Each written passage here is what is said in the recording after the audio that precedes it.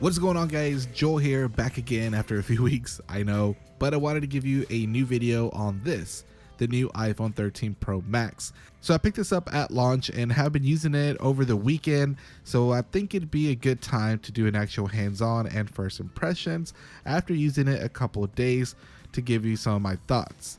Now, the unboxing experience is slightly different this year, with Apple being more environmental friendly. They've done away with the plastic, so now you get these pull tabs on the back to open up the box. So this year I opted for the new Sierra Blue color wave that the 13 Pro series comes in.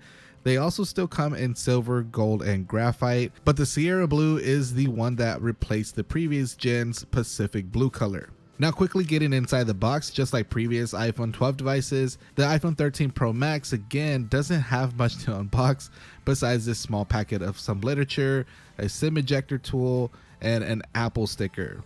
You also get a USB-C to Lightning cable, but no power adapter is provided, as we should now be getting used to. Now, when holding the new iPhone 13 Pro Max for the first time, you can feel the extra weight it packs when comparing it to the 12 Pro Max. Putting it side by side, you can also see that it's slightly thicker, but that is barely noticeable. But with its extra thickness and weight, there is a purpose behind it, and one of those purposes is the bigger battery. The new iPhone 13 Pro Max has the biggest battery, with an added 2.5 hours of extra battery life compared to last year's 12 Pro Max. Personally, I had a solid battery life experience with the 12 Pro Max, so having this extra bump in battery is definitely welcome. But the second biggest difference this year is the rear cameras.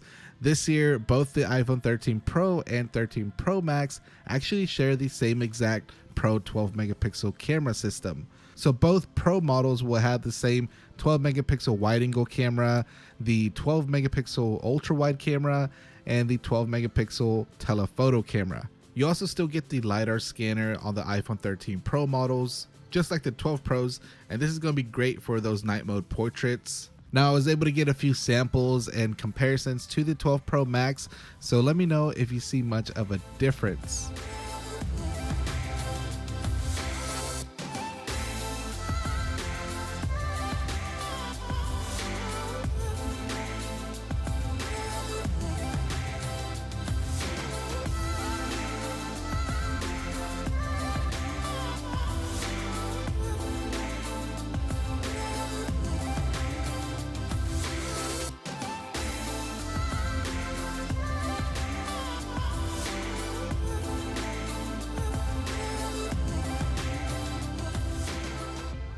But with these new cameras on the Pros, you can also now do macro photography.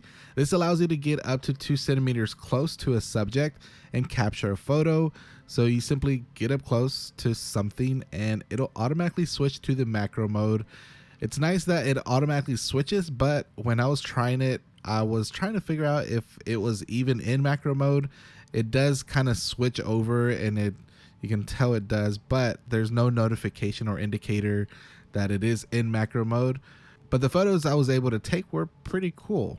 I think many will enjoy this when taking those close-up shots, because you can take close-ups of many things, but these were just a few shots I took, and the outcome seemed to be pretty nice. The quality is pretty solid. Now, you also have this new Photographic Styles settings that you can choose different styles of color to personalize the look of your photos. These are different than filters because Apple says when using this, it'll still keep the skin tones normal, but give different parts of the photo its adjustments.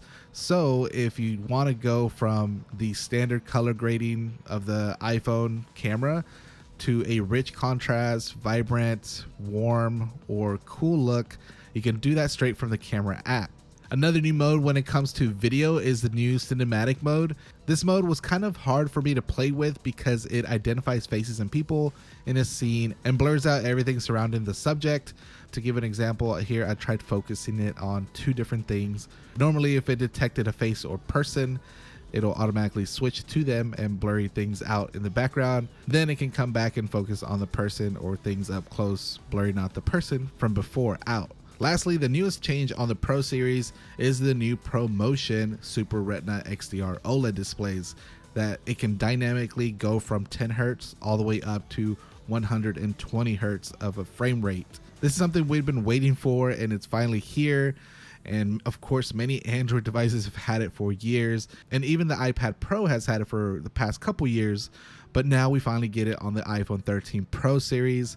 So you'll still have the same size display of the 6.7 inch on this iPhone 13 Pro Max, but now you also have this ProMotion display, which also now gets slightly brighter when outdoors with 1000 nits of max brightness. Now with this new ProMotion display, it was pretty hard to also show in video, but it simply makes everything a lot smoother looking whenever you're browsing through your phone.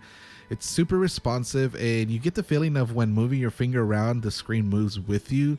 I feel Apple has always done a good job on their 60 hertz screens in the past and doesn't make iOS feel laggy or choppy or anything.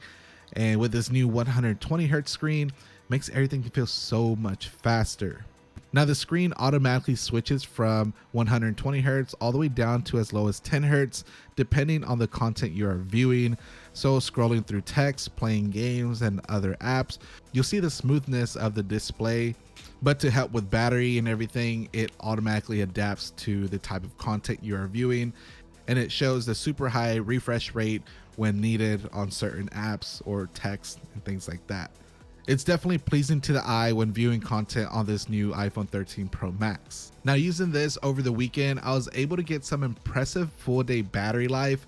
Taking the device off the charger at 9 a.m. in the morning, and then 12 hours later at 9 p.m., I was still around 40% battery. This was doing a mixture of things from social media, texting, watching videos, listening to podcasts, checking some emails, and doing a few phone calls. And then the next day, I actually went from disconnecting the phone again at 9 a.m. And by 9 p.m., I was still going pretty strong at around 55%. At that time, my screen was a little bit over 5 hours of screen on time, which is not too bad considering that it was still a little bit over half battery left. And it does have that 6.7 inch display that has 120 hertz refresh rate now. So far, the battery is a winner in my book on the iPhone 13 Pro Max. So the larger battery, slight upgrade in the cameras, and ProMotion display are three of the main new features on this new iPhone 13 Pro Max.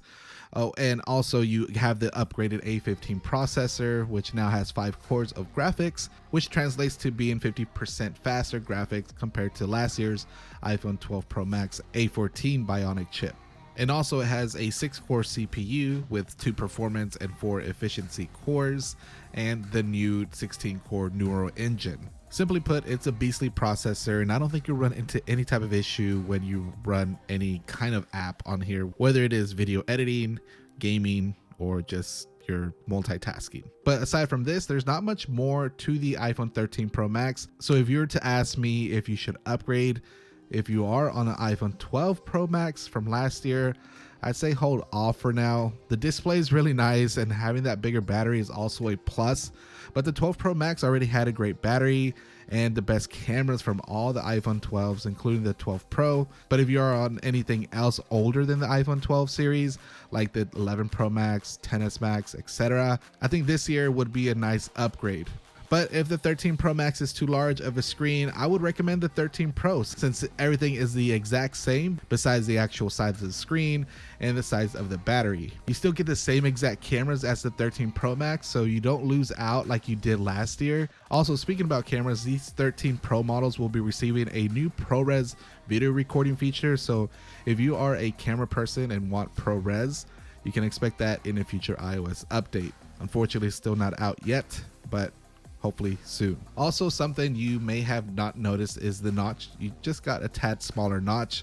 Not something that I really have noticed when using it. I really got used to it in the past with the other notch size, but having a smaller notch, I mean, it's nice, but I wish they maybe add some more things to the top bar now that there's more space on the screen.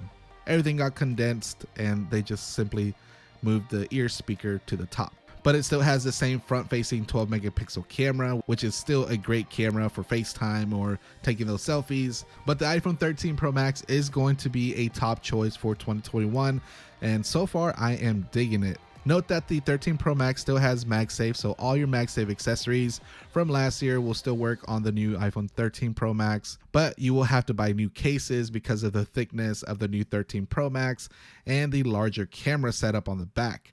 If you are picking up a new case, definitely check out the friends over at Nomad. They have tons of new cases for the iPhone 13, including these nicely built leather cases that also support MagSafe. So shout out to Nomad for always showing love and support to the channel. I'll link their cases down below in the description if you are interested in buying them. But that is going to wrap it up for this video on my impressions of the iPhone 13 Pro Max for the first 48 hours. Let me know in the comments below what your thoughts are so far, or if you are upgrading this year. And as always, if you enjoyed this video, let me know by hitting that like button, as it not only lets me know that you like the video, but it also shows support to the channel. And if you want to keep up with what's going on, follow me on social media like Twitter, Instagram, Facebook, and all that good stuff. I'll leave those linked down below in the description as well. And lastly, if you feel like being awesome, hit that subscribe button and also hit that notification bell. That way you are always notified every time I drop a new video. Anyways, guys, thanks a lot for watching. I appreciate your support very much, and I will catch you all on the next one. All right, peace.